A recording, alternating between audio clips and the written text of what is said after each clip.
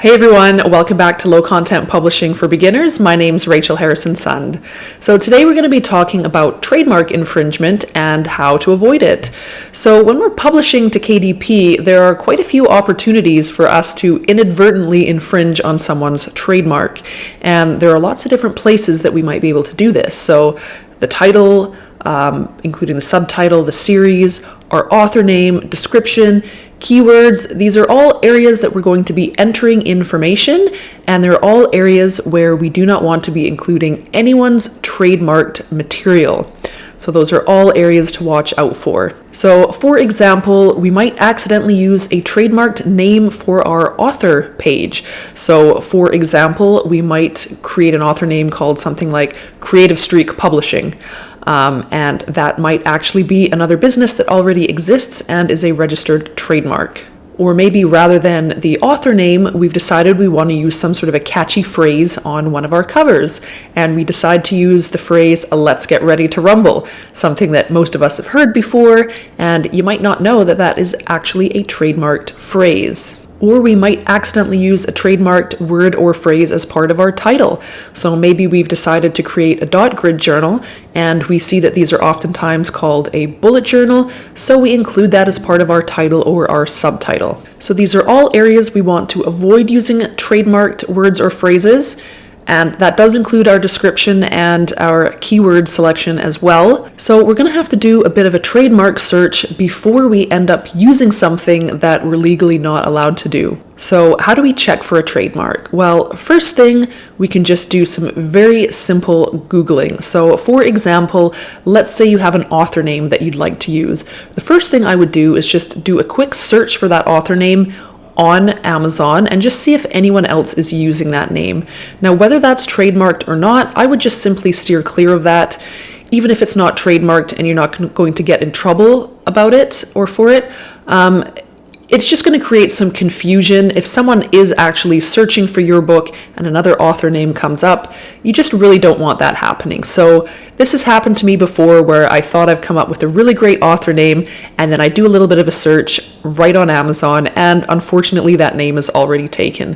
So that is just your very first basic step that you should be doing regardless of whether or something is trademarked. Just do a little bit of a check on that first. Next, just enter that word or phrase into Google and see what comes up. So you might find that there is an existing business that's already using that name. If so, you're definitely going to want to check the trademark office, which we'll get to in a second here, because there's a chance that that business name might have already been registered. So apart from author names, basically anything that you want to include on your cover, if it's a catchy phrase or something that you've heard before, you should definitely check just to make sure that it hasn't been trademarked. So the way that we do this is by going to the USPTO database. So that stands for the United States Patent and Trademark Office. And that is just going to give you a heads up if someone has applied for trademark or it is already registered as a trademark, and this is going to keep you out of hot water. So let's just flip the screen real quick here, and I'll just give you the basic tour of the USPTO database and how to check to see if something has been trademarked. All right, so here we are at the website for the USPTO, the United States Patent and Trademark Office. And we're going to use their test system, which stands for Trademark Electronic Search System. So you can access by going to Trademarks, searching trademarks, and then you're going to scroll down to search our trademark database. So we're going to use basic wordmark search, and we're going to click live. We're not going to concern ourselves with any trademarks registered that are now dead. Sometimes someone will apply for a trademark and then they won't end up going through with it, or it'll get rejected or something like that, and then it will end up dead. We don't really care about those. We want to know which ones are live and active right now. We can leave plural and singular checked, and we're just going to enter an example here. So let's do the paleo diet. Now, the reason I'm going to choose this one is because this is actually a phrase that I got in trouble for using a few years ago. I had created a nonfiction book and it was all about the paleo diet for vegetarians. Now, I just didn't know that the phrase the paleo diet was trademarked, and I should have checked it, which I did not. And the title of my book at the time was The Paleo Diet for Vegetarians. Now, this book was up and generating sales for months until one day I got an email from KDP telling me that I was in violation of trademark. So at the time, I essentially just had a warning. I had to rename the book. I went through my book. I took out all instances of using this phrase. I had to update my cover, my keywords, all of that stuff. And it was fine. I made the changes and it was okay. But you don't ever want to assume that you're going to be given the opportunity to make that change. This is something that can get your account terminated, so you really, really do want to be just checking these words and phrases out before you even use them. So let's assume, for an example, that you've created a diet logbook for people on the paleo diet. So now, because you want to use the paleo diet in the title of your logbook, we want to just check this out and see what the deal is. So I've entered that in here, and now I'm just going to submit query. And this is going to give us all the live instances of registered trademarks. So I'm going to open up a new window for each one here, and we will just go through them. So the first thing you're going to want to look at is the goods and services. So normally when you register a trademark, you're going to have to identify exactly what industry that you want to use that trademark in, because sometimes people can have a trademark on the exact same word or phrase as long as they're in different industries. So for this first one, we've got meats. Won't go into all that, but you can see this is basically food related. Now, the other thing you really want to take note of here is scrolling down to owner, and you want to see if it says registrant or applicant. So if you see applicant, what that means is that someone has applied for the trademark for this word or phrase, but it hasn't been granted yet. Now, that could mean a few things. That could mean that it's still in the process of being approved and registered. It could also mean that there's some problem and the application is actually going to be refused, and we'll get to that in a second. But my advice is, if someone has applied, 9 times out of 10, I'm just not going to go there, because if their application does go through, you are going to have to then take down everything that you've used with that trademarked phrase, unless you in the meantime have already applied for a trademark. So I just wouldn't even go there. It's not worth it in my opinion.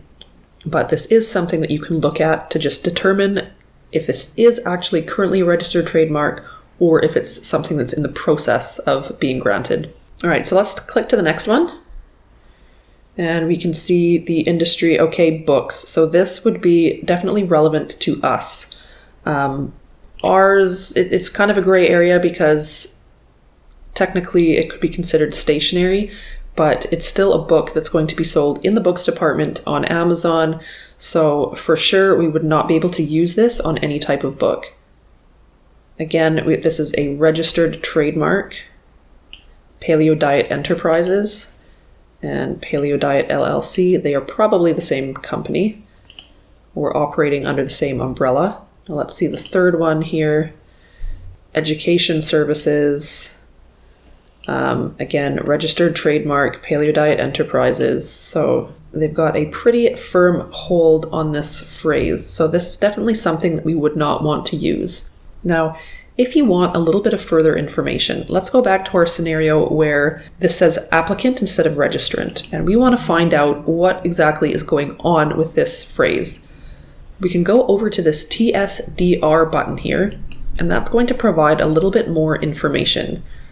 So this is going to tell us the status of the application, and you can also read any corresponding documents.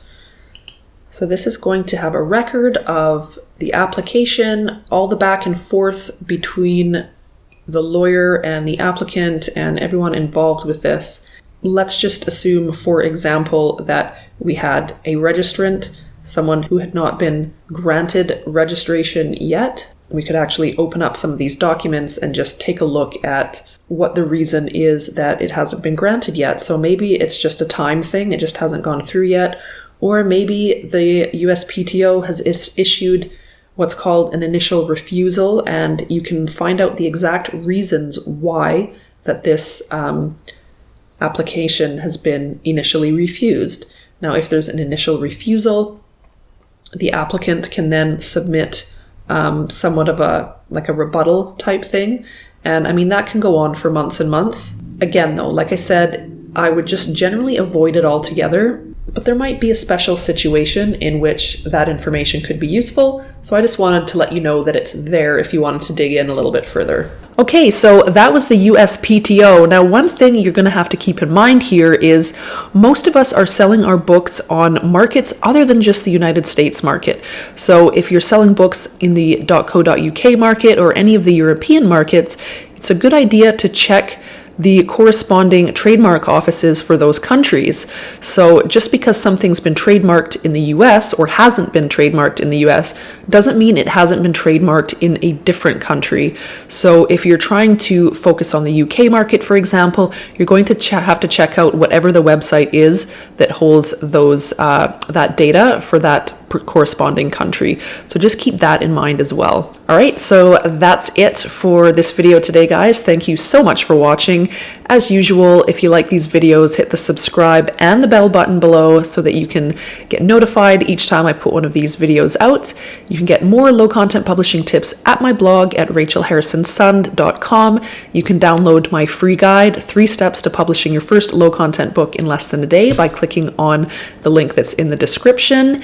And I think that's it. So have a great week, guys. We'll see you next time. Bye.